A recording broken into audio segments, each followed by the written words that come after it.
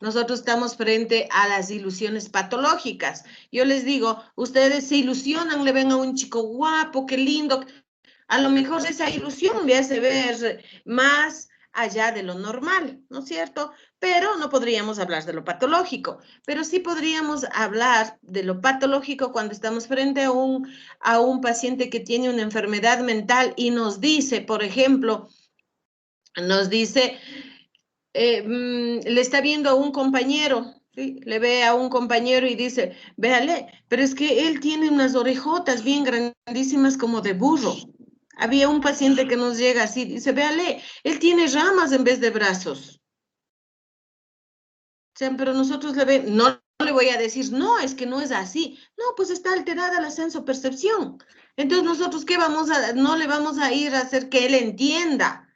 ¿No es cierto? De que lo que él está viendo, la deformación que le está dando al objeto real es anormal o que está alterado, porque él no nos va a entender por su proceso de la enfermedad. Entonces, las ilusiones es cuando le ven al objeto normal, pero ellos le deforman. Sí, pues por eso hablamos de ilusión y yo les decía, cuando ustedes se ilusionan de alguna persona o les gusta alguna cosa, se ilusionan, ¿no es cierto? Dicen que chévere, cómo me gusta, ve qué lindo, voy viendo, pero usted está dentro de la normalidad. La ilusión patológica es deformar el objeto real. Y cuando nosotros hablamos de las pseudoalucinaciones, ¿no es cierto?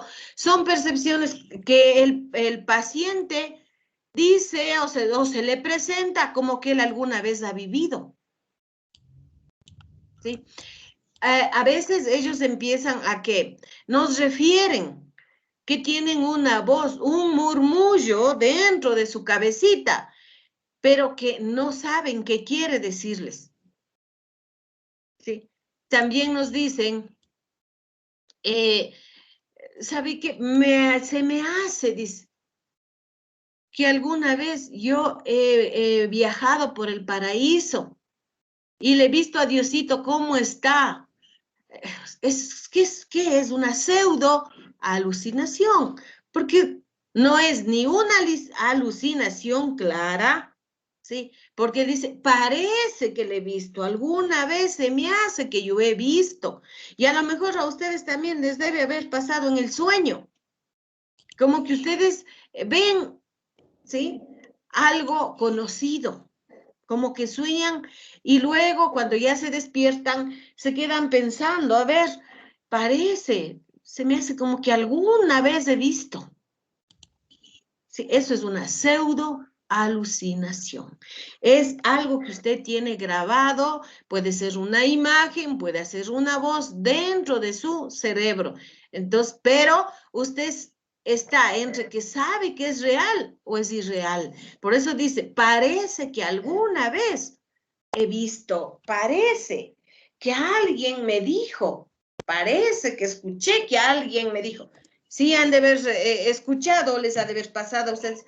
Parece que sí, parece que alguna vez me dijeron, parece que alguna vez he visto. Sigamos. Ya, la alucinosis. Esta consiste en la percepción sin objeto, pero el juicio de la realidad está conservado.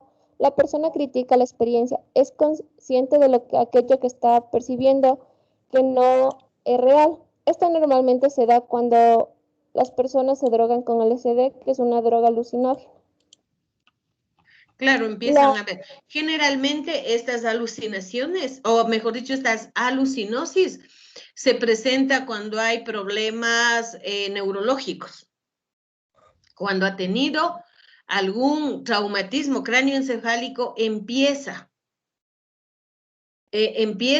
a ver algo que no es real, pero es producto de ¿qué? Producto del traumatismo. Es como nos dice su compañera, cuando están en estado de consumo, ¿no es cierto? Están en el éxtasis, ¿no es cierto? Están en la, como dicen ellos, en el tope, en el límite de la felicidad o de la tristeza, empiezan a ver cosas. ¿Qué pasa? El efecto de y desaparecen. O sea, no es que él tiene un problema de alucinaciones, porque eso si no recibe un tratamiento no va a desaparecer. En la alucinosis se acaba el efecto de la droga. Bueno, ni tanto se acaba, va disminuyendo el éxtasis, ¿sí? Y va dejando de ver las cosas que en un inicio o cuando estaba al tope del consumo de drogas, cuando más de esto se da cuando se sobredosifican, cuando hay algunos chicos, porque ayer nomás yo veía un documental, leía un documental en el que decía un chico que a veces se pega hasta 5 porros y cuando se pega 5 porros le ve a la abuelita que ya está muerta. Y le decía el psicólogo que cuál era el objetivo. Decía, es que quiero verle a mi abuelita. Y solo cuando consumo así, 5, 6 porros al día, ahí le veo a mi abuelita. Cuando no consumo, no puedo verle. Yo quiero verle, quiero conversar con ella. Y entonces cuando el psicólogo le preguntaba, ¿y qué le dice? No, no me dice nada. No me dice nada, solo le veo a alucinosis. Sí, solamente está en el cerebro de la víctima o del paciente. Solo no es que ve, simplemente está en el cerebro de él. O sea, mejor dicho, no es que puede conversar, solamente le ve. Dice, le veo, pero le veo y se desaparece. Un ratito nomás está y de ahí se desaparece. No le habla, no, no me habla, no me dice nada, solo le veo. A veces está contenta, a veces está triste. Estaba revisando un documental de un consumidor, pero ya de todos los tipos de droga. Entonces él hacía una franca alucinosis. Cuando yo él escuchaba todo lo que decía, está en una alucinosis. Ya, siga, amiga. Ya, en las alucinaciones tenemos la percepción signo-objetiva. La persona entiende que esta percepción es falsa como real. Es inesperada, ocurre espontáneamente y no puede ser controlada fácilmente por la persona. Tenemos algunos tipos que son las alucinaciones visuales. Es en la que la persona va a ver como que cosas irreales, como así sea personas, animales, objetos. Ella piensa que sí, o sea, los está viendo y piensa que son reales. Ya.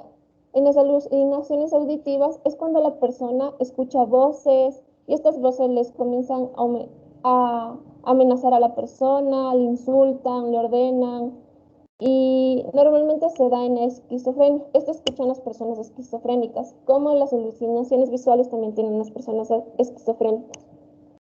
Las alucinaciones olfativas o gustativas es cuando la persona percibe olores o gustos extraños y suele ir acompañado de delirios. Cuando nosotros hablamos de las alucinaciones, no tenemos que perder de vista que las alucinaciones pueden, mejor dicho, siempre están alterados los órganos de los sentidos. Por eso nos dice alucinaciones visuales, cuando el paciente ve objetos no reales. Alucinaciones auditivas, ya nos decía su compañera, ¿no es cierto? Le dan órdenes, le hablan, le insultan, le amenazan. Lo más grave de las alucinaciones auditivas son las órdenes. ¿Por qué? Porque cuando les dan órdenes, ellos tienen que ejecutar, porque debe ser terrible. Y terrible que le estén dando una indicación todito el tiempo que no le permita ni dormir. Entonces, ¿qué le viene a la idea al paciente? Dice, ejecutando a lo mejor ya me quita esa voz. Y es lo que pasó con una pacientita que le mató a su hijita de 4 años y que esta voz le decía, mátale, pero mátale en la piedra de lavar y mátale con el combo, pero mátale, mátale, mátale con el combo en la piedra de lavar.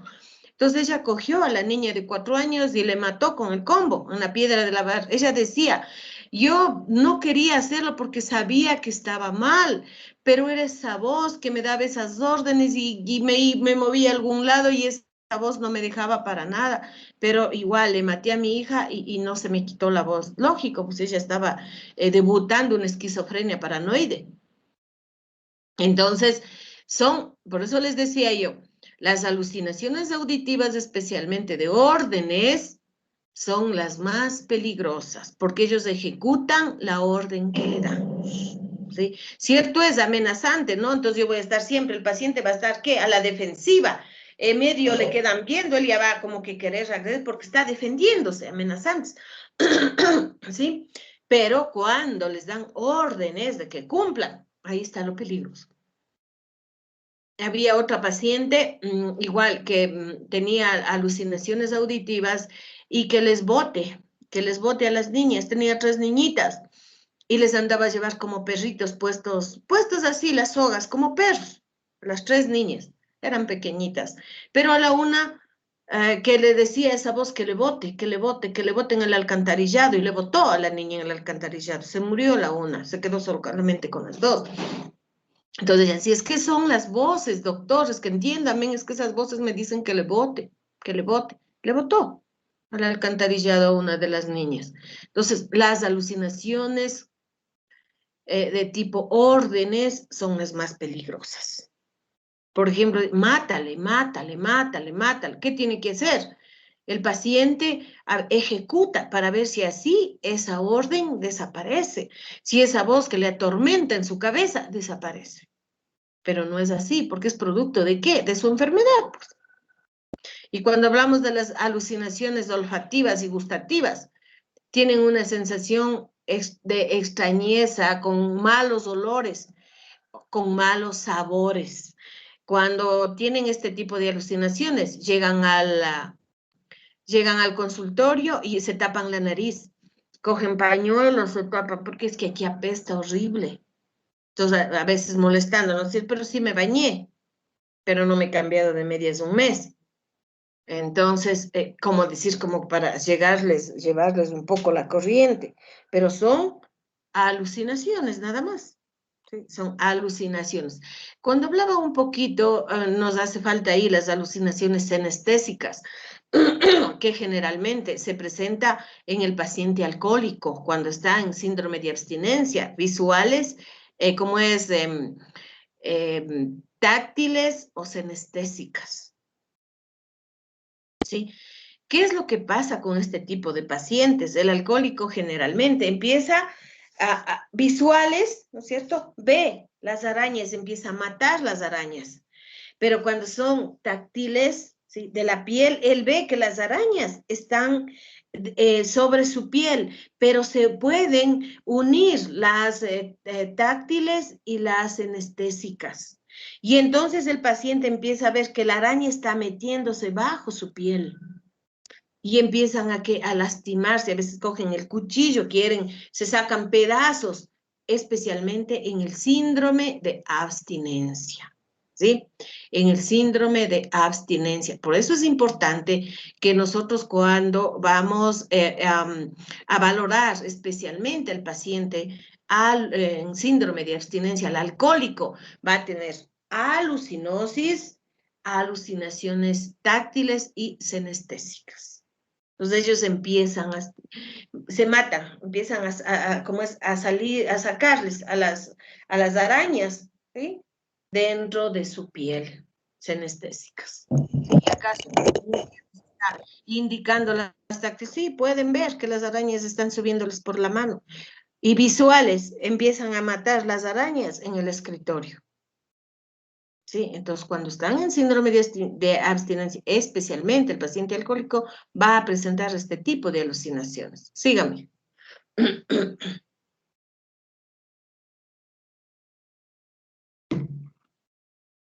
Siga, Daira. Dale, señora.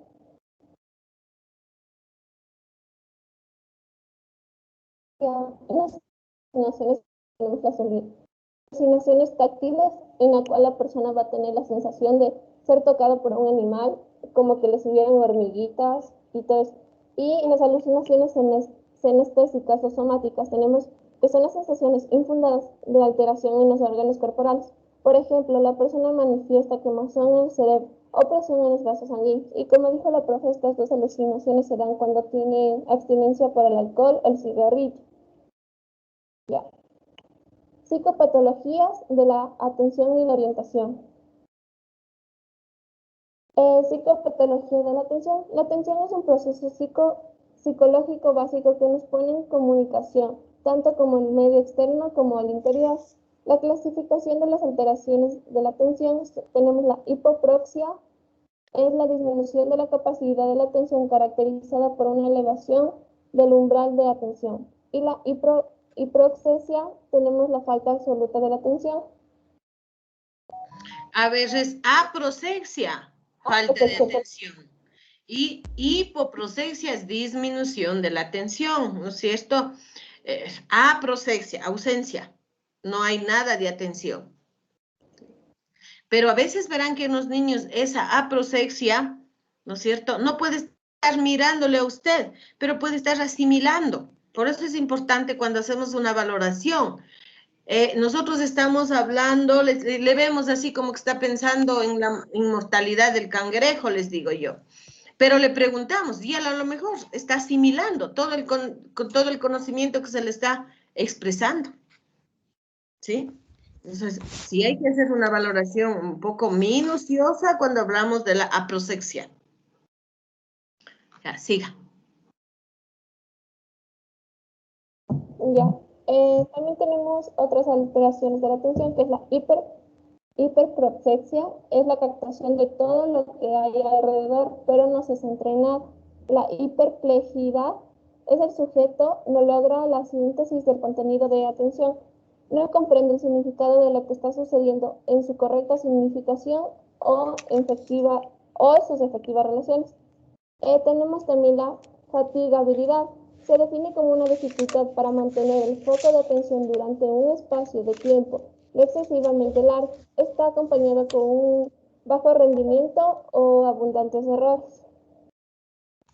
Cuando nosotros hablamos un poquito de la hiperproxexia, quiere decir que el paciente, a pesar de que muchas veces está desorientado, o mejor dicho, no está poniéndonos atención, él está captando absolutamente todo. Generalmente, cuando tienen hiperproxexia, empiezan también a imaginar cosas y hacerlos real para ellos. Esto generalmente se produce o vamos a observar especialmente en el paciente bipolar en fase de manía, porque todo está totalmente exaltado. Entonces, está hiper atento. ¿Sí? Y no es que le capta lo que usted le dice, sino a veces empieza a imaginar y para él, y para él eso es cierto y empieza a asegurar. ¿Sí? Entonces, cuando nosotros decimos hiperproséxico, ¿qué quiere decir? Que está hiper atento, pero la captación o la asimilación no es tan real. ¿Sí? Y cuando nosotros decimos perplejidad, ¿sí? El paciente no logra realizar, ¿qué les digo? Un resumen de lo que usted le dijo o no le responde correctamente las preguntas que usted le haga. Por eso decimos perplejo, como que no entiende bien, por lo tanto, no responde de acuerdo a lo que usted pregunta. Y cuando hablamos de fatigabilidad, tiene como que un poco dificultad para mantener la atención y se cansa con facilidad. Por lo tanto, son especialmente este tipo de fatigabilidad, perplejidad, hiperproxexia, nosotros vamos a ver con frecuencia en los niños hiperactivos. Pero también vamos a ver, por ejemplo, la fatigabilidad en los pacientes deprimidos. Entonces, ¿qué es lo que nosotros tenemos que ir valorando? Obviamente, ¿cómo le veo al paciente? Y de acuerdo, porque hay muchos pacientes que tienen tan cansancio que ni siquiera me quieren alzar a ver. No, sí le estoy atendiendo y ellos están agachados. Sí le estoy atendiendo. A ver, ¿qué era que le dije? Ah, es que no le puse mucha atención a lo que me dijo. ¿Sí? Entonces, eso vamos a ver más la fatigabilidad, especialmente en los pacientes deprimidos. O lo típico que dicen, ¿y hasta qué horas me va a estar preguntando? Ya estoy cansada. A ver, vamos a hacer esta otra actividad, pero usted va a poner toda la atención que me vea cómo yo estoy haciendo. Ay, estoy cansada. ¿Sí? Que a lo mejor ustedes también van a estar cansados, tanto que están escuchándonos solo hablar. A ver, sigamos.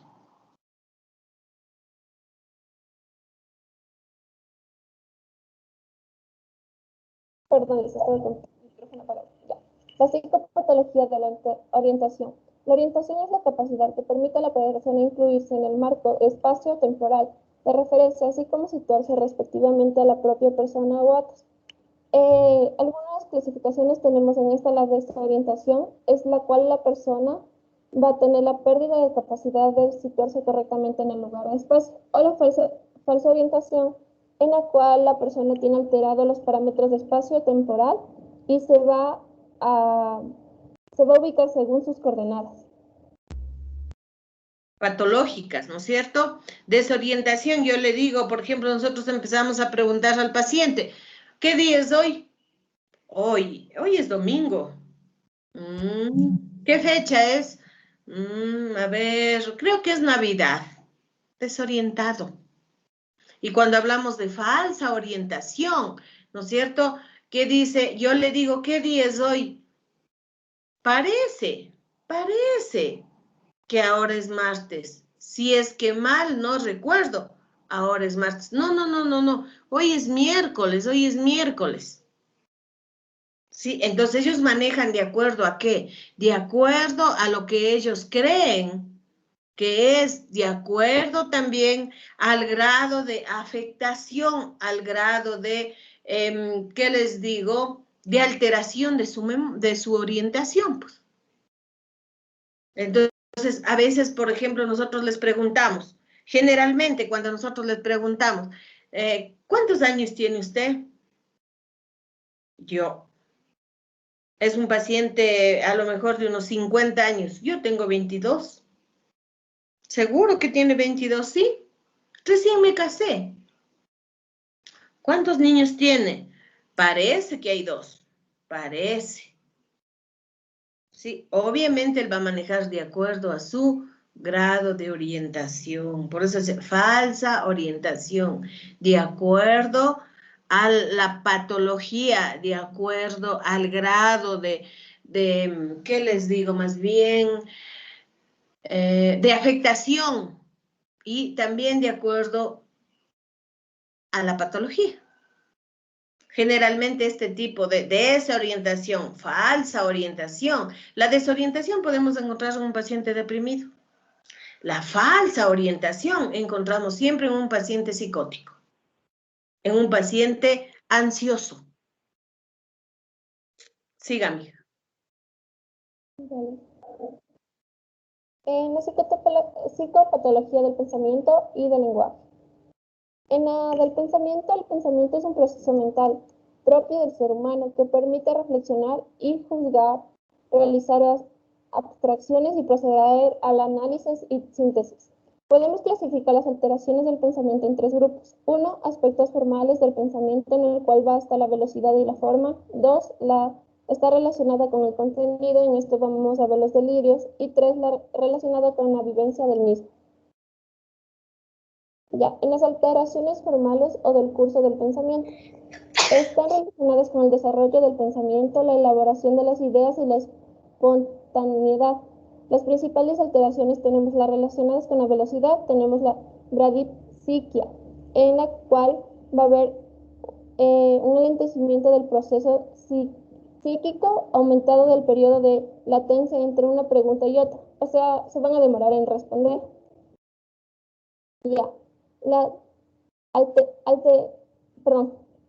taquipsiquia o aceleración del pensamiento. El desarrollo del pensamiento es más rápido de lo normal y se caracteriza por un aumento de velocidad del pensamiento y lenguaje. Cuando nosotros hablamos, siempre va a ir de la mano el pensamiento con el lenguaje. ¿Por qué? Porque yo expreso lo que pienso. Y entonces, cuando nosotros decimos bradipsiquia, el paciente, ¿qué es lo que hace? Y usted le pregunta, le dice, ¿qué día es hoy? Y él le dice, ¿qué me dijo? Disculpe, ¿qué era que me dijo? ¿Qué día es hoy? A ver, déjeme pensar. A ver, ¿qué día es hoy? Así se demora. ¿Por qué? Porque el pensamiento está más enlentecido, está más lento.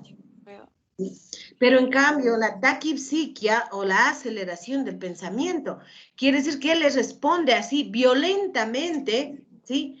Pero también a veces puede haber incoherencias, ¿sí?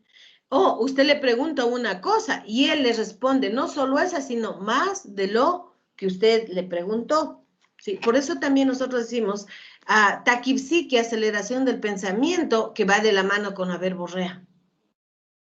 Habla sin parar. Taquipsiquia, el pensamiento está acelerado. Y entonces el paciente expresa lo que piensa, así sea incoherencias, que no haya secuencia, que no haya continuidad en la pregunta que usted está haciendo. Siga. Ya, otro aspecto relacionado con la velocidad va a haber la fuga de ideas. En este la persona parece saltar bruscamente de un tema a otro. El flujo de palabras es continuo y se cambia del tema ante cualquier estímulo. La persona habla sin parar. Ya, el bloqueo de pensamientos normalmente es cuando nosotros decimos, nos quedamos en blanco y aquí va a haber la pérdida de la idea principal a lo que se dirige la persona.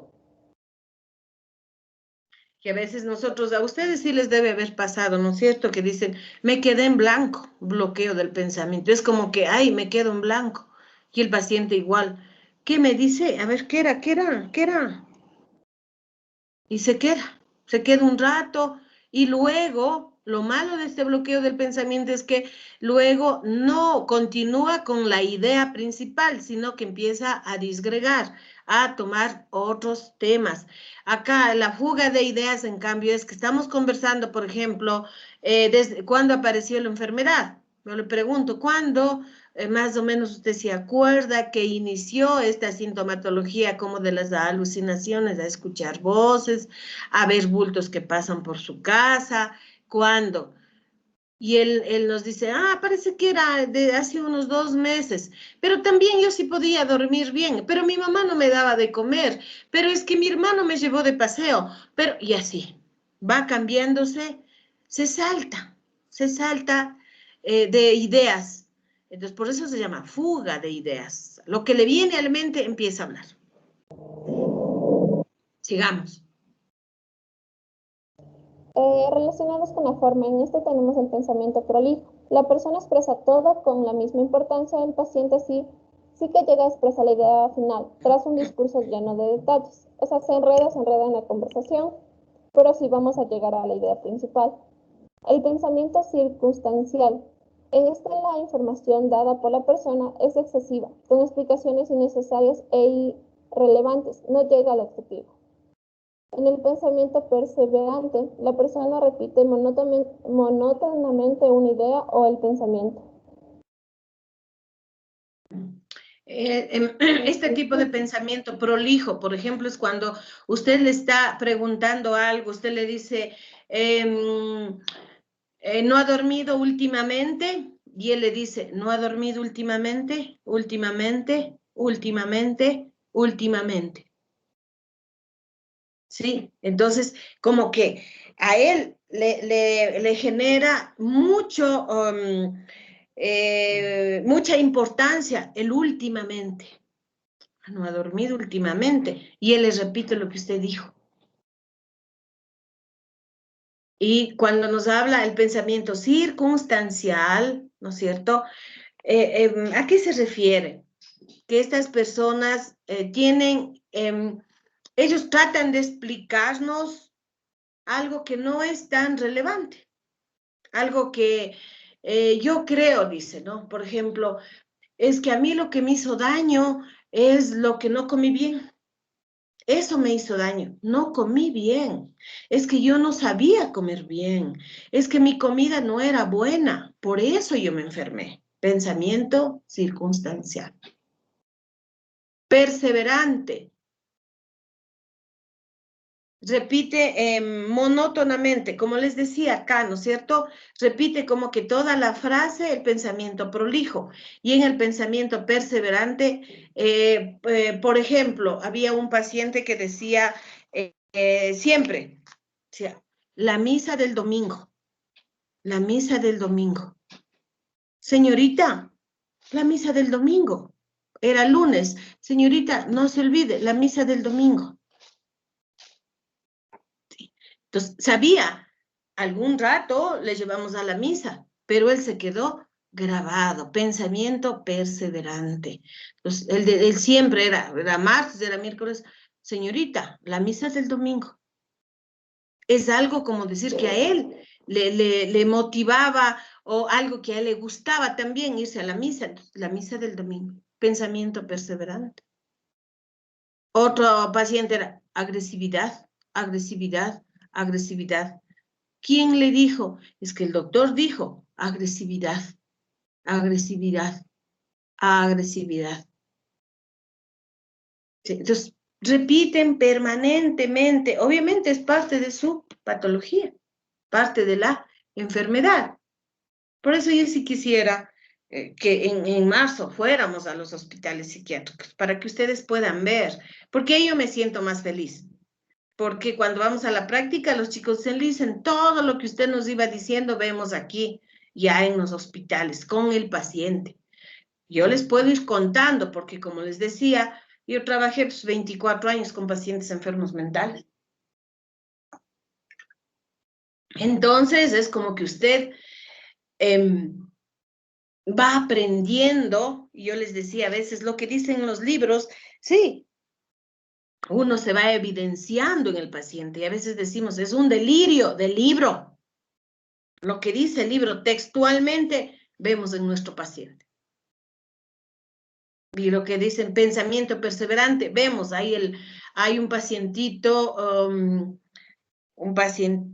no me acuerdo el nombre, ya estoy con demencia, pero él es, ¿cómo se llama? ¿Cómo se llama? ¿Cómo se llama? ¿Cómo se llama? ¿Cómo se llama? Pero ¿cómo se llama? ¿Cómo se llama? ¿Cómo se llama? O sea, solo eso nos repite, pensamiento perseverante. ¿Sí? Creo que más adelante vamos a ver la disgregación del pensamiento. Sigamos, y ahí les doy otro ejemplo de otro paciente. Ya. El pensamiento, en esta la construcción de la frase es correcta, pero los pensamientos fluyen sin conexión lógica ni relación aparente. Por eso les puse esta imagen en la cual vemos una tortuga, una cebra. Es cuando comienzan a hablar y no tiene algo lógico, sino comienza uno, y no se entiende nada. El pensamiento incoherente es cuando además de que de no existir una idea principal en el discurso, hay una alteración externa en la elaboración del lenguaje.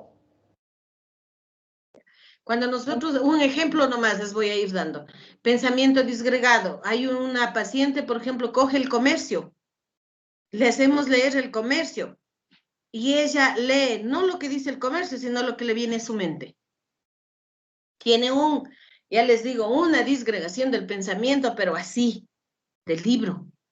Ella coge, y por ejemplo, yo estoy leyendo aquí, veamos, psicopatología del pensamiento, y ella dice, es que ahora es el día más feliz de mi vida, y es que cuando se mueran todos se van a ir al infierno, y es que en la Navidad vamos a comer caramelos, y es que el día del amor me vino a ver mi enamorado, pero así. Parece que es lindo conversar con ella. ¿Y qué dice? A ver, Conchita, nos va a leer este párrafo. Y es el pensamiento disgregado, pero más evidente. La mayoría de estudiantes, cuando están haciendo la práctica, los de medicina, van al pensamiento disgregado. Es el vivo ejemplo, la Conchita. Y el pensamiento incoherente, ¿qué quiere decir? ¿Cierto? Que yo estoy pensando fuera del contexto, fuera de la realidad. Entonces, por ejemplo, estamos hablando sobre la terapia ocupacional, eso era bien práctico. A ver, hoy vamos a hacer, ¿qué les digo? Hoy vamos a hacer, estábamos elaborando las tarjetas de Navidad, ¿no? Y hay una paciente recién ingresó a como es una psicótica aguda, y veíamos cómo era tan incoherente. Cogía las tarjetas y decía, es que este libro no me sirve para nada. Y le decíamos, a ver, vamos a pegar aquí había esas cosas que son muy colorantes, ¿no? O sea, a ver, vamos a pegar aquí, pero no, porque esto es para arreglar los carros. Sí, nos quedábamos, pero así, pensamiento incoherente, no tenía coherencia con lo que hablaba. Por eso hablamos de que no hay una coherencia, es incoherente. Y le decimos, por ejemplo, le preguntábamos a otro paciente, un paciente varón, ¿qué vamos a hacer el día de hoy? Y él decía, el día de hoy, ¿qué vamos a hacer? Nos vamos de paseo, pues. ¿Y a dónde nos vamos de paseo? Ah, allá en el cuarto, ahí vamos a irnos de paseo. Mm, lo que piensa con lo que habla, cuando salíamos a la terapia ocupacional. Incoherencia. Sigamos. Ya, el trastorno del contenido del pensamiento. En este tenemos ideas sobrevaloradas. Eh, Son pensamientos que predominan sobre los demás, tienen un marcado tono afectivo y significado propio para la persona y rige gran parte de su conducta. En las ideas obsesivas tenemos que son ideas, pensamientos, imágenes o impulsos persistentes, no deseados, de carácter irracional, que se impone a la persona, generando una intensa ansiedad, y la persona es incapaz de eliminarlos a pesar de reconocer que son absurdos. Pueden acompañarse de actos compulsivos. Ujú. Cuando hablamos de ideas sobrevaloradas, ¿no es cierto? A veces hay alteración, el paciente empieza a creerse que es Dios, que es el que narcisista, ¿sí? Empieza a él querer tener el poder sobre las cosas. Por eso son ideas sobrevaloradas, ideas que yo me considero, el paciente se considera y dice, bueno, yo soy el jefe de aquí, de este servicio. Dice, yo tengo una función que cumplir, que me ha enviado Dios. Ideas sobrevaloradas. Y cuando nosotros hablamos de las ideas obsesivas, ¿qué quiere decir? La obsesión, ustedes saben qué es la obsesión, es aferrarse a algo, ¿no es cierto? Tener una idea, un pensamiento persistente sobre determinadas cosas, pero que muchas veces no pueden controlar los impulsos y por lo tanto empiezan ¿a qué? A ejecutarlo. Por eso se llaman obsesivos compulsivos. Cuando hablamos de ideas obsesivas, por ejemplo, ahorita nuestra idea no tanto obsesiva sería el lavado de manos, pero de pronto cuando yo tengo una alteración patológica, la obsesión va a generarse como lavándome 10 veces las manos, pero ahí yo estoy desarrollando obsesión, compulsión. ¿Por qué? Porque la idea es lavarme las manos, la obsesión por lavarme las manos. Eso está grabado en mi pensamiento, pero no puedo controlarme a eso y ejecuto compulsiva. En la mayoría de casos son obsesivas compulsivas, porque no pueden decir no a esa idea. ¿Sí? Entonces, cuando nosotros hablamos, por ejemplo, yo siempre les digo y les pongo como ejemplo, digo, cuando tienen un enamorado, que les enamorada o enamorado, que les está llamando cada rato, cada momento, es obsesivo, obsesiva, compulsiva. ¿Será amor, digo yo? ¿O será una obsesión? Como me gusta y quiero estar permanente conversando con él y no quiero que nadie más esté, entonces yo tengo que estar ahí metida a cada momento, llamándole, preguntándole. Idea obsesiva. ¿Será amor? ¿Será obsesión? Yo siempre les suelo decir cuando hacíamos terapia de pareja, yo les decía, ¿es amor o es obsesión? Amor es seguridad, respeto, consideración. No es impaciencia, persistencia, molestia permanente. Eso no es amor. Sí, eso es la idea obsesiva. Me obsesiono con algo y quiero alcanzar a como sea. ¿Sí? Sigamos, chicos. Ya, en eso también tenemos ideas fóbicas. Son miedos excesivos a objetos, situaciones o personas específicas. En la agorafobia es miedo a espacios abiertos, en los que la persona se encuentra sola o a los lugares de los que sea difícil escapar o en los que consiste conseguir ayuda. Pedir ayuda. La criptofobia es miedo a los espacios pequeños, la algofobia es miedo al dolor, la claustrofobia es miedo a los espacios cerrados y la zoofobia es miedo a los animales. Ya. Ya, cuando ves las ideas fóbicas, su nombre lo dice, no son los diferentes miedos que el ser humano tiene. Generalmente el paciente esquizofrénico tiene claustrofobia, ¿sí? Tiene claustrofobia y también tiene como que agorafobia. Agorafobia y a veces la mayoría vienen con claustrofobia. ¿Por qué generalmente desarrollan claustrofobia? Porque cuando recién empieza o cuando ya ha evolucionado su enfermedad empiezan a encerrarles. Y a lo que más miedo tienen ellos es al encierro. Entonces, cuando van a los servicios se les dice, si no se porta bien, le voy a encerrar. ¿Qué hace el paciente? No, no, no, ya por Dios, ya le prometo, le juro que ya voy a estar tranquilo, ya no voy a molestar a los compañeros. Pero no me encierre, por Dios, no me encierre. Hacen fobias, hacen miedos, extremos miedos. ¿Sí? Pasémosle, sigamos. Ya, las ideas delirantes, falsas creencias basadas en una inferencia incorrecta relativa a la realidad externa que es firmemente sostenida a pesar de las pruebas o evidencias. Las ideas delirantes las podemos clasificar según su origen, según su contenido o organización. Ya. Por su origen, las ideas delirantes hay las primarias, que son ideas o creencias falsas sobre la realidad, sostenidas con una convicción irreductible a toda argumentación lógica. En las ideas delirantes secundarias o ideas deliroides son ideas que surgen como consecuencia de otros fenómenos más primarios. Su contenido es parcialmente comprensible en el conjunto de las vivencias de la persona. Cuando Ya. nosotros hablamos de los delirios, ¿no es cierto? Por eso nos habla de ideas delirantes, que son ideas o creencias falsas fuera de la realidad. Solo para el paciente es real, pero son ideas delirantes. Cuando nosotros hablamos de las ideas deliroides, ¿qué quiere decir? Que usted puede ser, ¿no es cierto?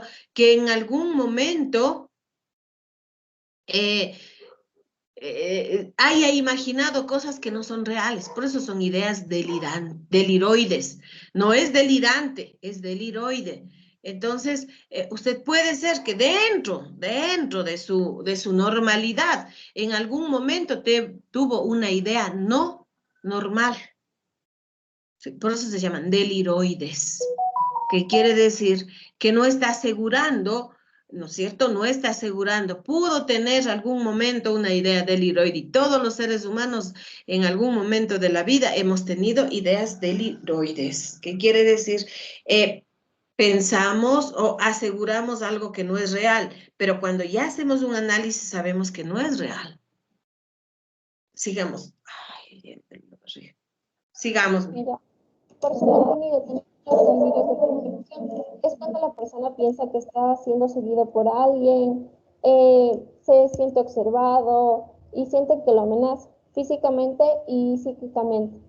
En el delirio de grandeza, en este vamos a encontrar cuando la persona se cree superior a todos, eh, piensa que es lo más grande del mundo y tiene una gran importancia sobre su objetivo y realiza en la Tierra. O sea, va a pensar que es el más grande.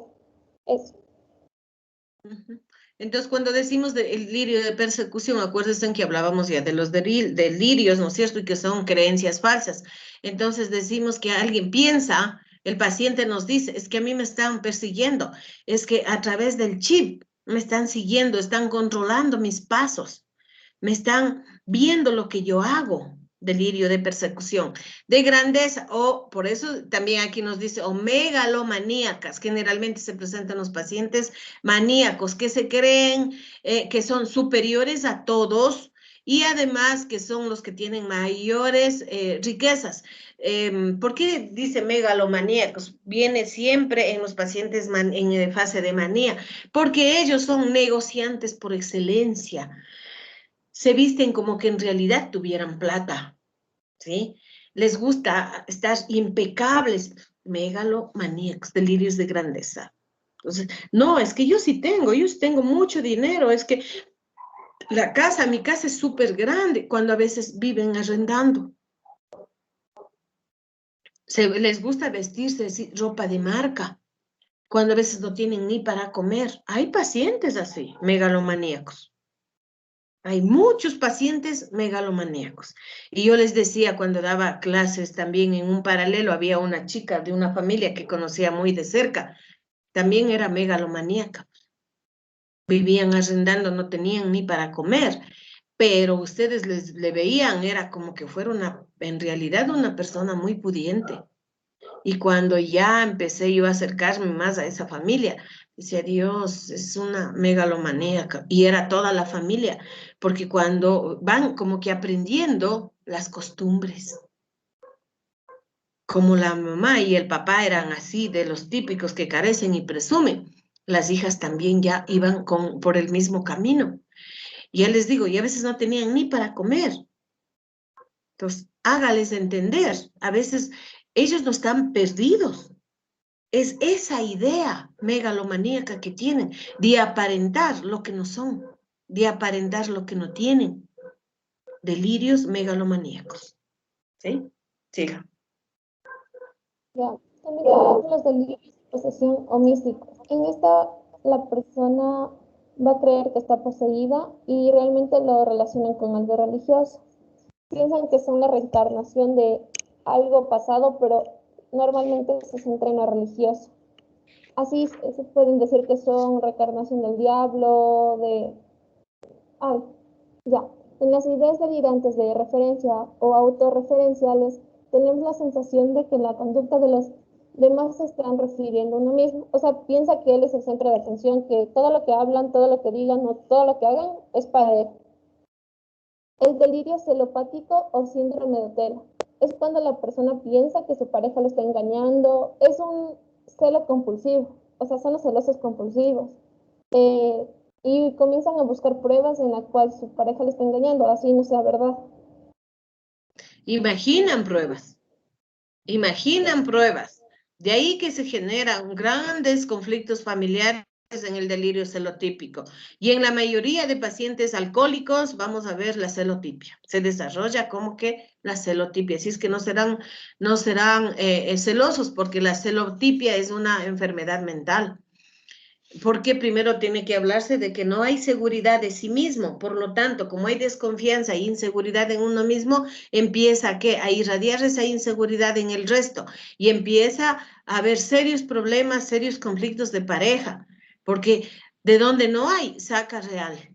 Entonces está imaginando cosas que muchas veces va transformándose en alucinaciones y generalmente se ve más en los pacientes que están empezando un problema patológico paranoico.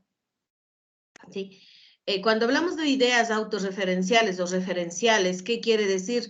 Que el paciente piensa que todo mundo sabe lo que él piensa, que él está leyendo los pensamientos, ve la televisión y dice, están hablando de mí, cree que todo mundo se refiere a él, referencia o autorreferencia. Delirios de posesión o místicos, se creen Dios, se creen los enviados, ¿sí? Se creen que tienen muchos poderes. Pasémosle. Ya. También tenemos el delirio erótico de Bault. Ya, es cuando el paciente cree que es amado por una persona superior, o sea, normalmente por un estatus superior, por eso aquí les puse una foto de un actor. Ya. Ideas delirantes de ruina. Es cuando piensa que la persona está quebrada totalmente, ella no tiene nada de dinero y comienza a deprimirse. En las ideas delirantes de culpa, es cuando piensa la persona que todo lo que pasa es la culpa de otro, o sea, todo lo que ha pasado y por eso merecen un castigo.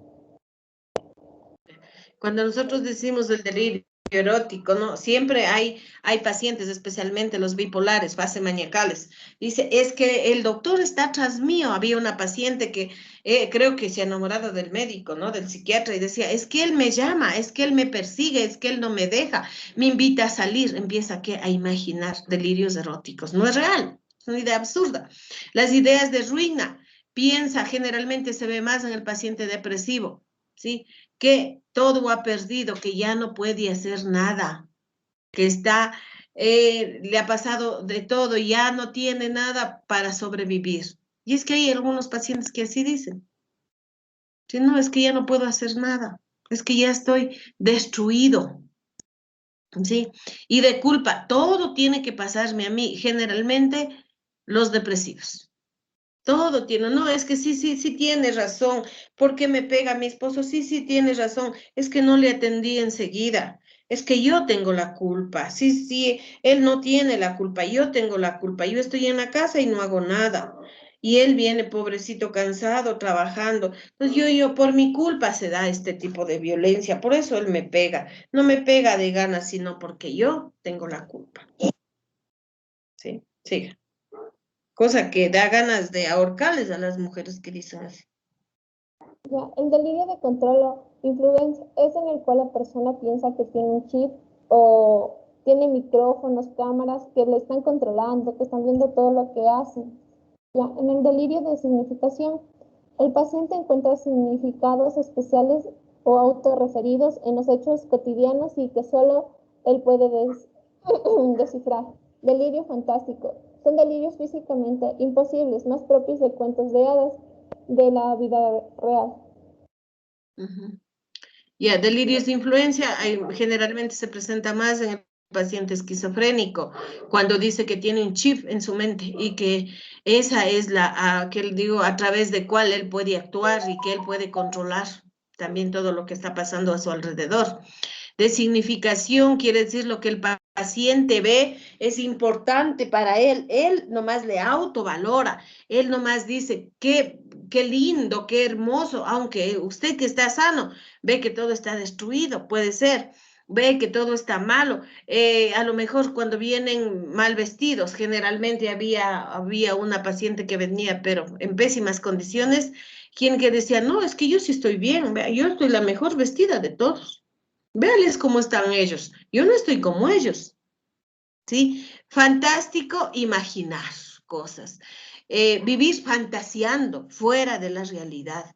No tiene, ¿qué les digo? Coherencia de lo que hace con lo que dice. Delirio, es un delirante. Siga. Ya, delirio somático hipocondriático. La condición del cuerpo o alguna parte de él no está funcionando bien. Normalmente el paciente piensa que le va a dar un paro cardíaco, que ya se va a morir. Delirio nihilista. En este piensa, o sea, el paciente piensa que no existe, que él no existe en el mundo. Y cuando ya es más grave se da el síndrome de Cortat, que cuando la persona cree que, o sea, en sí está muerta. En este delirio la persona que está muerta piensa que está muerta y que no existe.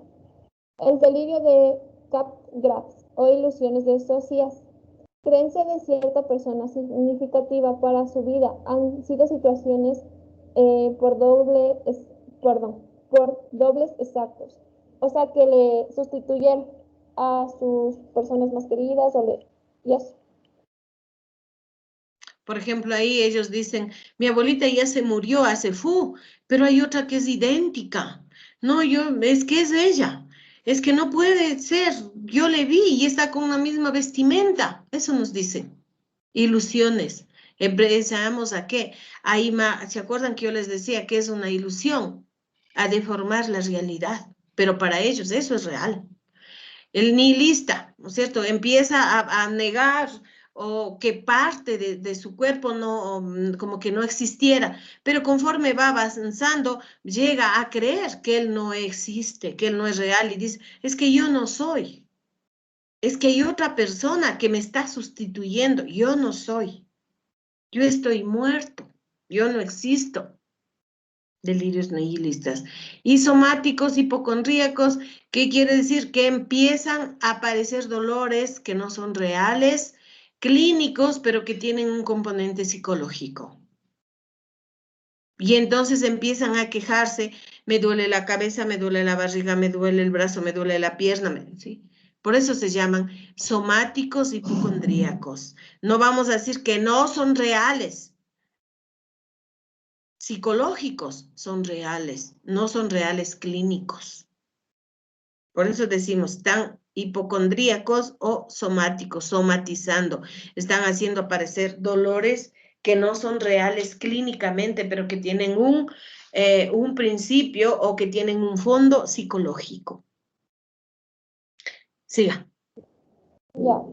En su organización tenemos los delirios sistemáticos en los cuales aquellos delirios organizados coherentemente en los que la persona puede justificar su creencia como amplios detalles que se sostiene uno a otro. O sea, aquí el paciente va a comenzar como a hacerte creer que sus delirios son verdad y que no te está mintiendo y que no es una imaginación. Delirios no sistemáticos. Las ideas no tienen relación una con otra y su argumentación es poco consistente. En la relación con la evaluación de delirios podemos distinguir tres posibilidades. O sea, aquí, mientras el paciente te va explicando, no es tan concisa su argumentación y van a haber tres posibilidades. Una va a ser la persistencia a lo largo del tiempo con igual intensidad, o sea que va a quedar igualmente sus delirios. Medida que se hace, o otro es que se hace más crónico, o la siguiente opción es que disminuye su influencia sobre la conducta de la persona. Ya, cuando decimos delirios sistematizados, él quiere, a pesar de que es un delirio, él trata de dar respuesta a ese delirio, trata de justificar el delirio, pero él obviamente, con toda su seguridad, su convicción de que ese delirio, sí, es real. El paciente que está sufriendo este tipo de delirio trata de justificar, de explicar su delirio para que el resto crea que eso es real. Y en cambio, cuando decimos no sistematizado, las ideas no tienen relación entre lo que dice muchas veces y lo que habla, o la coherencia del lenguaje no está organizado, no está sistematizado.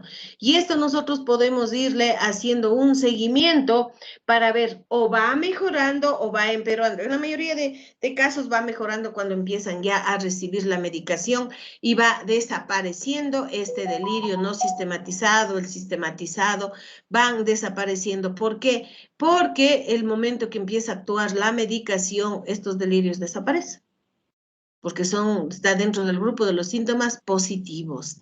Pero cuando decimos no sistematizados, ¿sí? Además, la persona trata de querer explicar sin que haya coherencia, sin que haya una secuencia lógica, pero él trata de querer encontrar una explicación. Ya, siga.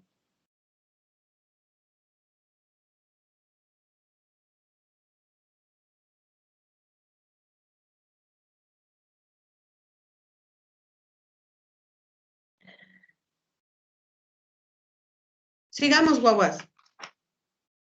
La verdad, ahí tenemos las alteraciones de la convivencia del pensamiento, donde aquí van a haber experiencias donde la persona va a sentir que su mundo interno está expuesto al exterior. Entre los fenómenos que vamos a encontrar aquí tenemos las ideas delirantes de lectura del pensamiento, donde el sujeto está convencido de que le leen el pensamiento, es decir, que él piensa que los demás saben lo que él está pensando. Tenemos las ideas delirantes de irradiación o difusión del pensamiento, donde el individuo tiene la sensación de que su pensamiento se irradia, se difunde entre las demás personas. Las ideas delirantes de inerción o imposición del pensamiento, donde el paciente cree que le han insertado pensamientos que no reconoce como propios o le resultan extraños. Es decir, que la persona aquí dice que le han metido ideas en la cabeza que no son de él. Ahí tenemos el robo del pensamiento, donde la persona cree que alguna fuerza externa eh, ha insertado pensamientos en su cabeza. Ujú. Este está clarito, ¿no es cierto? Delirantes de lectura del pensamiento, cuando el paciente está creyendo o convencido que alguien le lee lo que él piensa. Y a lo mejor lo que las personas de afuera están hablando, él asegura, es lo que yo estoy pensando, ya me robaron el pensamiento. ¿Sí? Difusión del pensamiento, cuando el paciente dice que lo que él está pensando, ¿sí?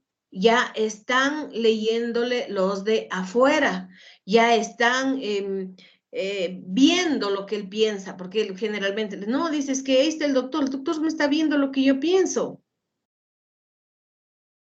y que ya está conversando lo que yo pienso. Y a veces hay disgregación del pensamiento, porque de pronto el paciente está sentado acá y el médico con otro paciente está y dice, no, es que vea lo que ya está, todo mi pensamiento le está diciendo al otro, al compañero. Sí, todo lo que yo pienso es lo que está diciendo el compañero, que es otra de las cosas que nos dicen los pacientes. Y acá cuando nos dice inserción o imposición, me están obligando a pensar. Sí, es que me dicen que yo diga, es que me exigen a que yo piense. Y el robo, me están robando mi pensamiento, están sacándose todas mis ideas fuera de mi cabeza. Entonces yo ya no sé qué hacer. ¿Por qué? Porque ya no tengo nada dentro de mi cabeza. ¿Sí? Sigamos.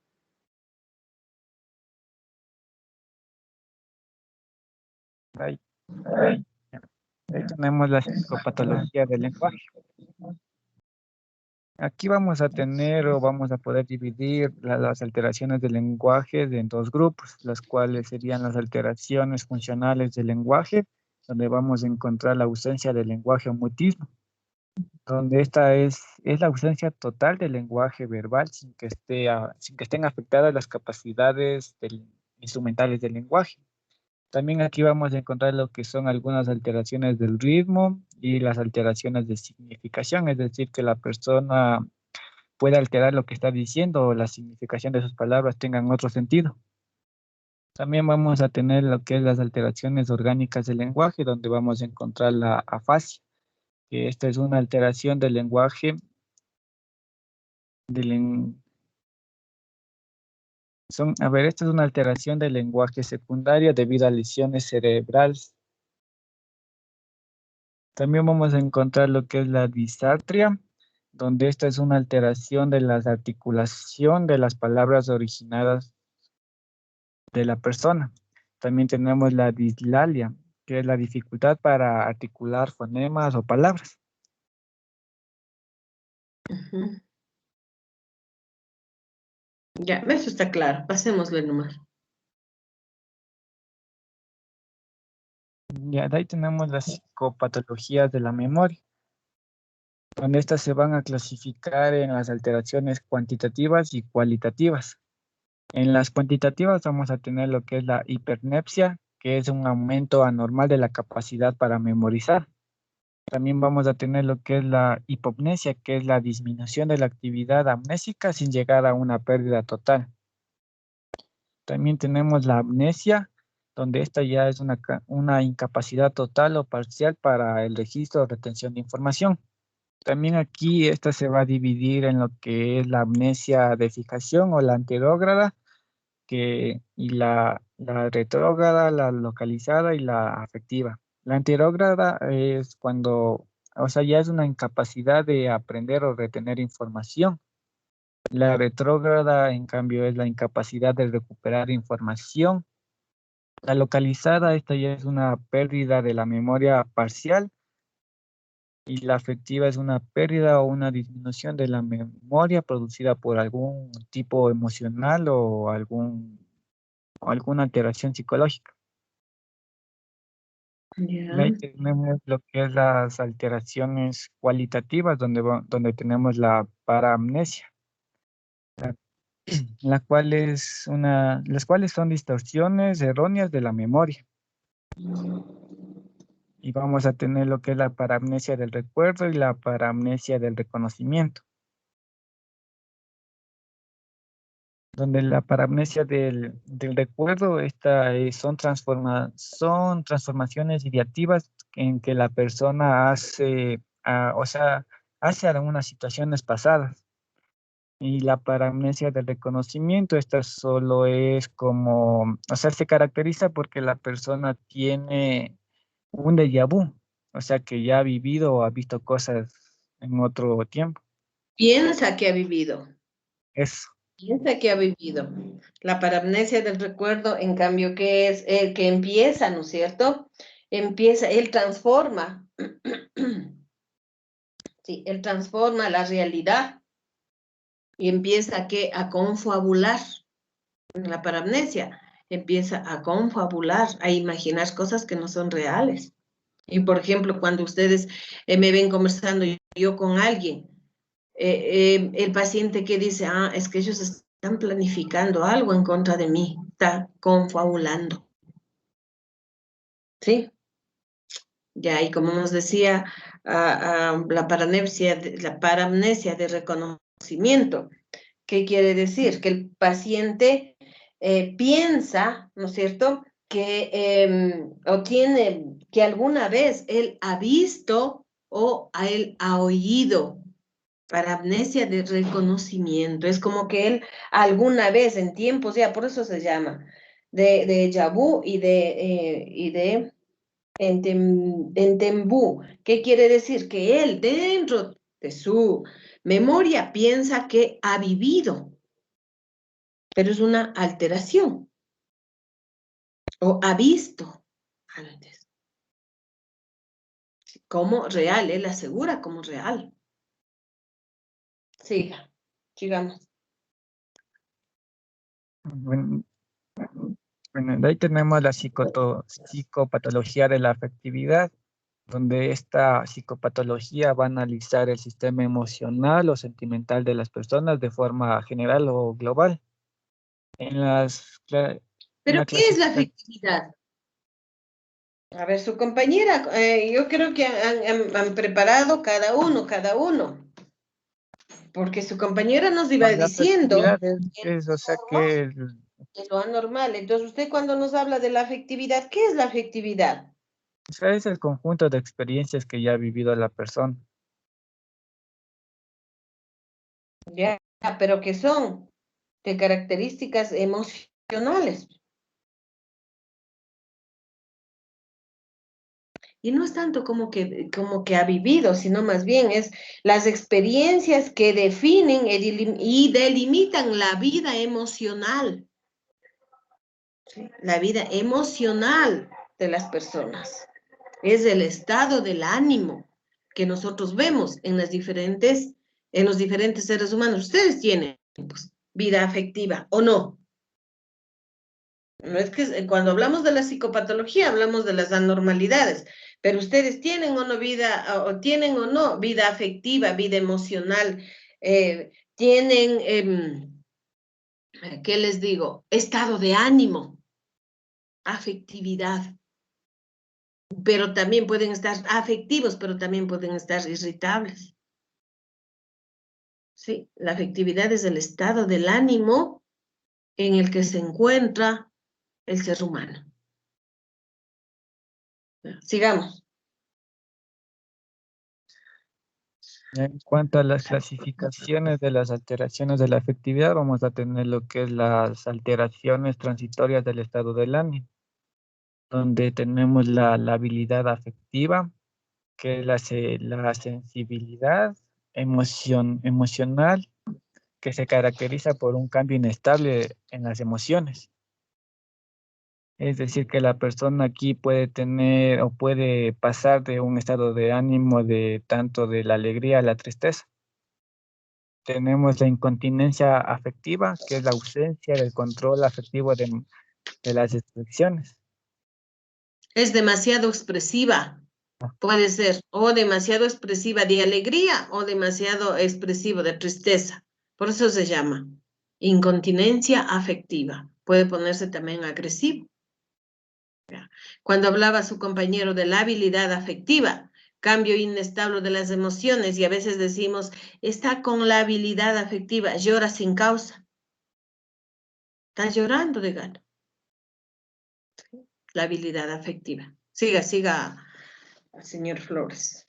Ya, de ahí Jonathan. tenemos la amitimia o la ambivalencia afectiva, la cual aquí va a coexistir tanto dos tipos de sentimientos, los positivos y los negativos. Y ahí tenemos la indiferencia afectiva o la frialdad, donde aquí es una falta de, o no hay una respuesta a estímulos afectivos de una persona, es decir, que la persona se siente indiferente o fría. De ahí ¿Ya? tenemos la paraptimia o inadecuación afectiva, la cual esta es una afectividad inadecuada en relación al contexto en el que se produce. Ahí tenemos la anedonia, la cual es la incapacidad de experimentar placer en circunstancias que con anterioridad ya lo ha hecho. No lo ha, o le ha hecho o no. Nosotros generalmente en el paciente esquizofrénico vamos a ver la anedonia, incapacidad para experimentar placer, nada le motiva, ¿sí? Nada le mueve a que exprese su afectividad. Y cuando decía la paratimia o inadecuación afectiva, es la actividad donde, ¿qué les digo? Donde yo puedo estar triste, pero exijo que el otro esté contento. Yo estoy bravo, pero quiero que los otros no estén bravos conmigo. La indiferencia, la falta de modulación, es indiferente. Me dicen, sabe que hoy es Navidad. La mayoría de gente, ay, qué lindo la Navidad, ¿no? Pero a él, sea Navidad. Sabe que se ha muerto su mamá, le da igual. Indiferencia afectiva. Nada le motiva, ni le alegra, ni le entristece. Y cuando su compañero nos dijo ambivalencia o ambitimia afectiva, nosotros estamos hablando ahí, cuando hablamos de los trastornos de la personalidad, y decimos de la borderline o límite. Sí, porque puede estar feliz, pero también puede ponerse triste, pero puede estar contento y se pone triste, pero es afectivo o es indiferente. Estamos al margen, en el límite. Por eso se llama personalidad borderline o ambivalencia afectiva. Le estoy castigando, le estoy corrigiendo a mi hijo, pero inmediatamente le estoy pidiendo perdón. ¿Sí? La mayoría de padres somos ambivalentes o manejamos una ambitimia o ambivalencia afectiva. ¿Sí? Sigamos, Jonathan.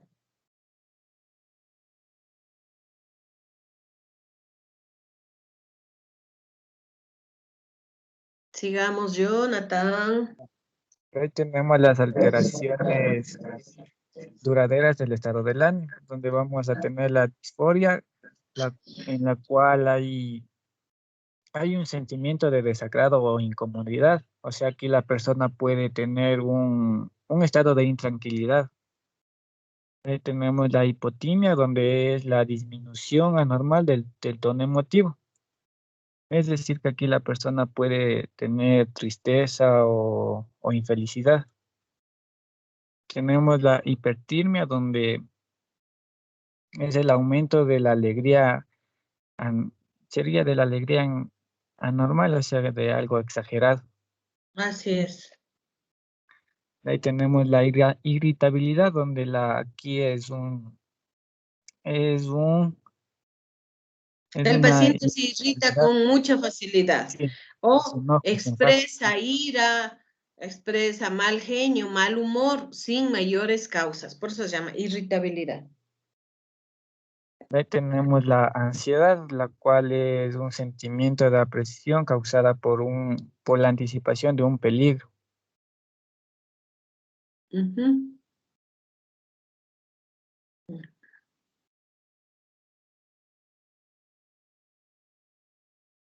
Cuando hablamos de disforia es un sentimiento de que de intranquilidad, de insatisfacción, como que decir, ay, qué iras, y ahora qué voy a hacer.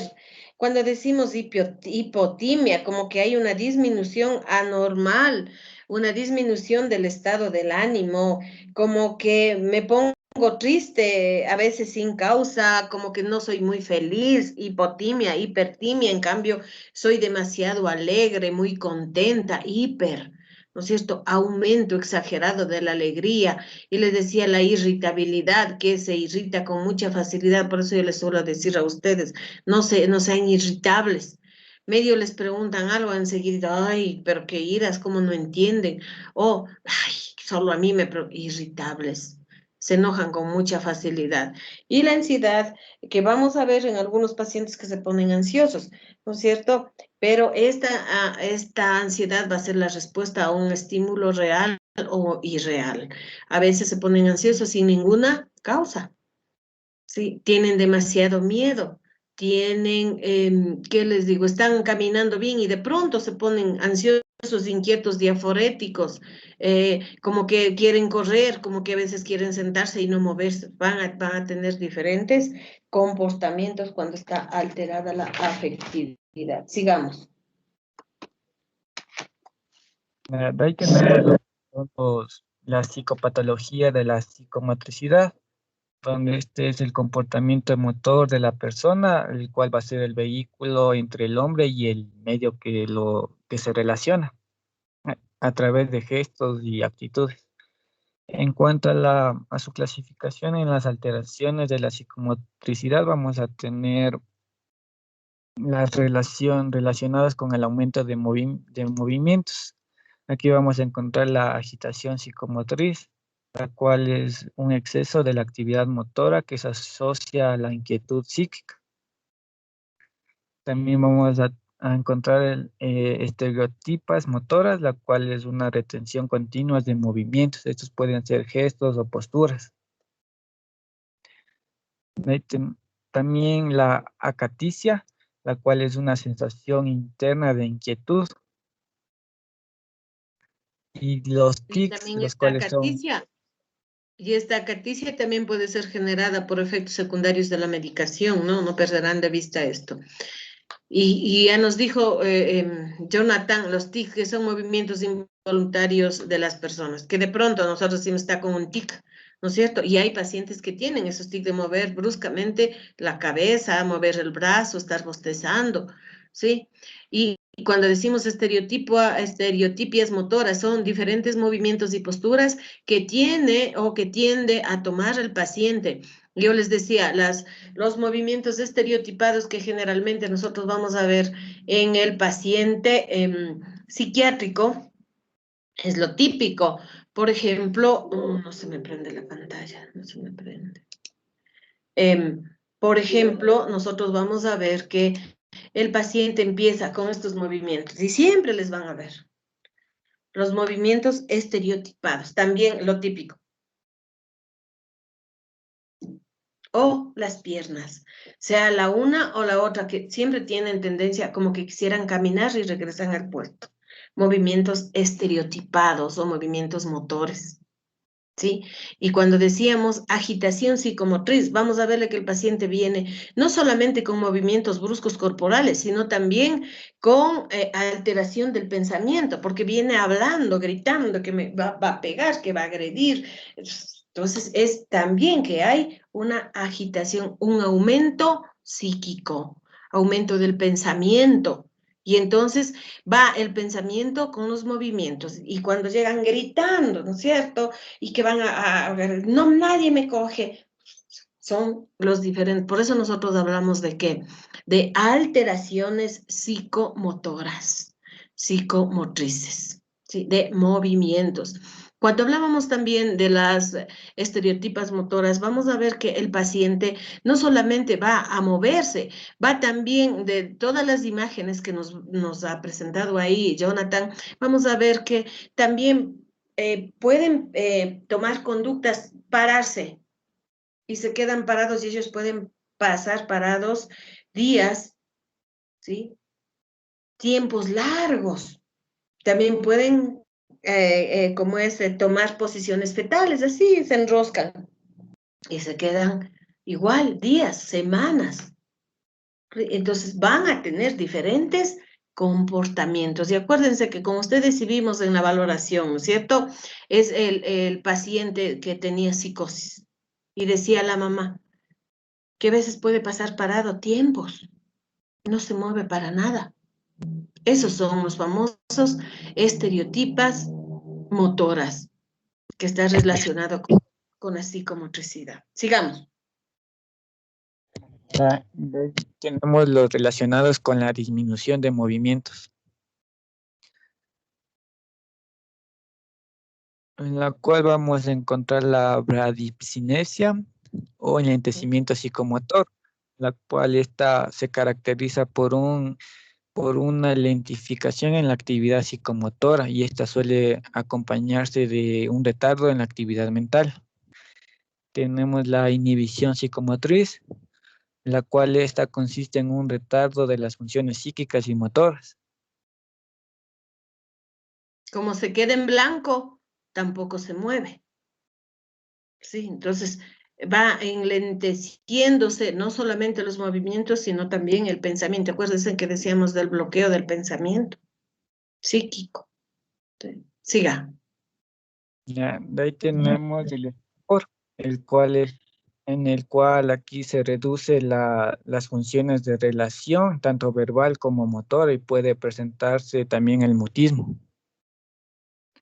Tenemos la catatonia, la cual esta es una normalidad psicomotora, en la cual también puede presentarse Algunas posturas inadecuadas que generalmente el paciente adopta.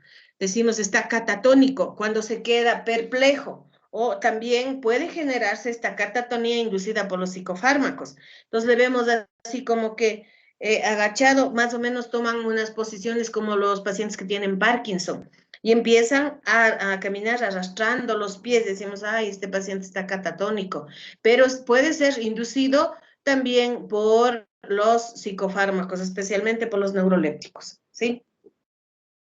Sí, de ahí Cuando... Ya, siga. ya, lo último es la catalepsia y la seria. Y bueno, consiste en que es una actitud inmóvil o puede presentarse con una musculatura rígida.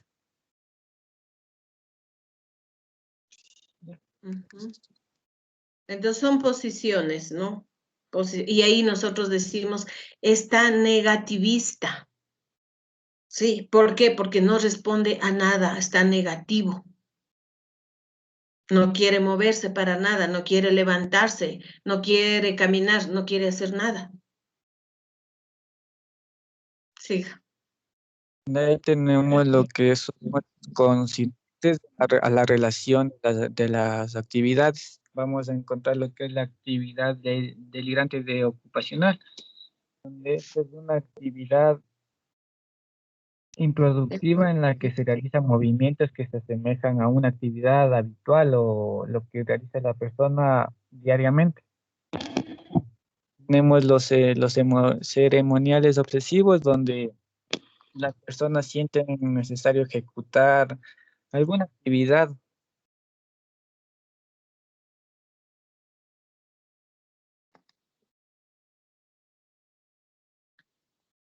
Y ahí el negativismo.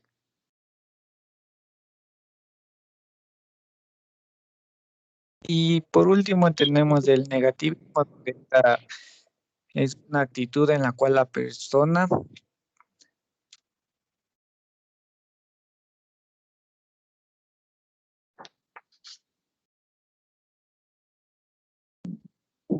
A ver, cuando nosotros decimos que vamos a hablar como que un poco con el paciente psiquiátrico para inducirle en las actividades, de ahí la importancia de que ustedes como estudiantes, ¿qué es lo que tenemos que hacer? Motivar la participación. ¿No es cierto? Ahí es donde nosotros aplicamos la técnica de remotivación de Dorothy Hoskin Smith. ¿Para qué? Para tratar de que el paciente esté ocupado, para tratar de que el paciente se inserte en las actividades ocupacionales, porque por eso nos habla de la actividad delirante ocupacional, cuando el paciente no quiere involucrarse a hacer nada, ¿sí? Y este paciente tiene que ser motivado, insistido.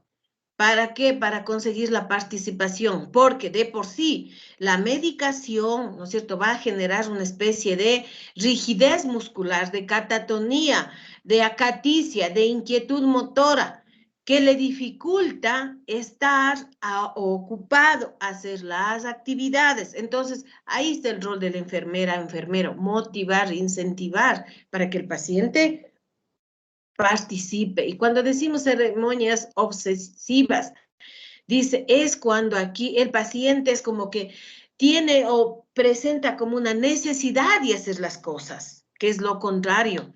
Quiere estar solo haciendo las cosas. ¿Por qué? Porque a su cabecita le viene, ¿cierto? Que mientras él más ocupado esté, se va a mejorar y va a irse pronto a la casa, que a veces no es así. Y dice, a ver, deme, yo hago las cosas, pero verá que me van a mandar a la casa. Por eso no tenemos que dar falsas esperanzas, a ver a qué horas va a salir y cuándo va a salir, ¿sí? Concretamente con fechas exactas, porque cuando dicen ceremoniales obsesivos, ¿qué quiere decir? Que el paciente quiere hacer las cosas lo más que pueda, a veces ni siquiera hace, termina de hacer una cosa y ya toma otra. ¿Por qué? Porque de pronto está inquieto, está tensionado, está, ¿qué le digo? Medio ansioso. Entonces, de alguna forma, haciendo las cosas, quiere disminuir esta inquietud que tiene. Y cuando decimos negativismo, ¿no es cierto? Es una actitud donde el paciente no quiere moverse para nada. ¿Sí? Tiene una resistencia, yo les decía, cuando está negativo tenemos que cogerle de los dos brazos y un poco alarle incluso para que se mueva. Ahí tenemos una paciente, la Anita. Ella es pero negativa del libro, porque cuando le queremos llevar al comedor, ¿sí? Ella se opone y se en la pared, en la puerta, en lo que sea, genera resistencia para moverse. Sin embargo, como les decía, los pacientes como que van haciéndose autómatas, ¿sí? Hay solo una paciente, la Oliva, solo ella le puede mover a la Anita. La Oliva, vamos a comer, así bravísima. Y la paciente se va dando pasos para adelante y para atrás, para adelante y para atrás, como que no camina nada, pero nadie le podemos coger. El momento que nosotros le cogemos, ese momento genera resistencia, entonces ella tiene el comportamiento estereotipado. En la marcha, le digo, da el paso para adelante, regresa, da el paso para adelante y regresa, pero así se demora eternidades. Entonces ahí la única paciente que le mueve es la señorita Oliva. Ella le coge del brazo y le va aloneando, pero solo con ella camina. Porque acuérdense que decíamos que ellos también identifican alguna persona en quien confiar. Y en este caso es la Anita confía en la Oliva. Solo a la Oliva, en ese caso, ella le coge del brazo. Nadie del personal puede llevarle. Cuando queremos pasarle visita, cuando queremos, a lo mejor para el baño, para todo, le lleva la señorita Oliva. Ella, a ver, vamos, Anita. Le coge del brazo así. Y ella camina. Y si no tiene los típicos movimientos estereotipados, da un paso adelante y un paso atrás. ¿Qué horas llega? ¿Sí? Entonces, esta psicopatología nosotros podemos evidenciar claramente en los pacientes. ¿Qué más tenemos? Jonathan ¿y quién es? Doménica creo que es. Jonathan y Estefanía. Eso es todo, Liz, en lo que había en el Sí, libro. dicen ahí se acaba todo. Y ahora pregúntenles a sus compañeros si es que entendieron. Eso es lo grave.